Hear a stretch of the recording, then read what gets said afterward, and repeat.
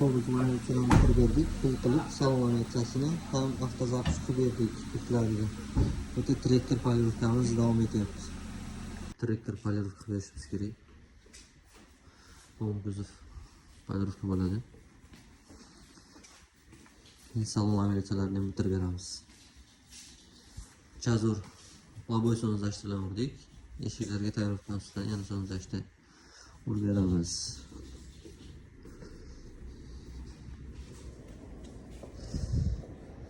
Kapsiya laboy, olis kapsiya laboy qo'yishimiz kerak. Qora laboy yoki kobalt laboyimiz. Sifatli laboy ustunuki xizmatlari uchun bizning masterlarga murojaat qilasizlar. Tonirovka hamda sonozlashdan sezonga kelgan. Sonozlashlarimiz bor, natijada qora sukovka hammasidan bor. Yangi laboylarni o'chib olganmiz. Qora laboy qo'yib beramiz inshaalloh. Kurgoy tayyorliklarni bitirib beramiz. Orqalarida eskisi bor edi, olib tashlaymiz. Qo'lni tayyorliklarni bitirib, laboyni sinib qilib beramiz. Xizmatlarga garantiya bor. Kapsiyaga qora laboy qo'yib berdik. Kurgoy tayyorliklarni bitirib berdik. Onlarga 70 talik, orqalariga 100 talik. Eskilari yonib ketgan ekan, ko'chirdik eshiklarga. Trektor polirovkasi ham tugab qo'yish arafasida. Onisi yana chiqdi.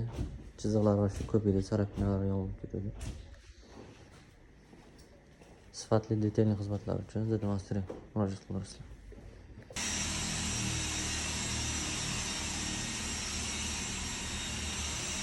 Ameliyatlarni bitirib berdik. Salon ameliyatlarini boshqa servisda qidirishgan ekan, uncha sifatli bo'lmagan ekan.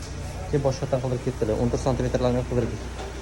Kobalt laboy zamina qilib beryapmiz. Kecha kapsiyaga qora qo'ydik, bugun kobaltga ham qora laboy qo'yilyapti.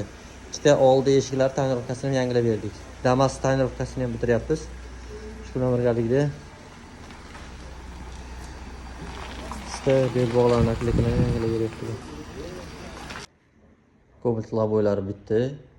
Qop-qora bo'lib. Shu zo'r chiqdi. Vidiga ham, sifatiga ham inshaalloh zo'r bo'ladi. Qora laboy turishi. Lasetti laboyni almashtirib berdik.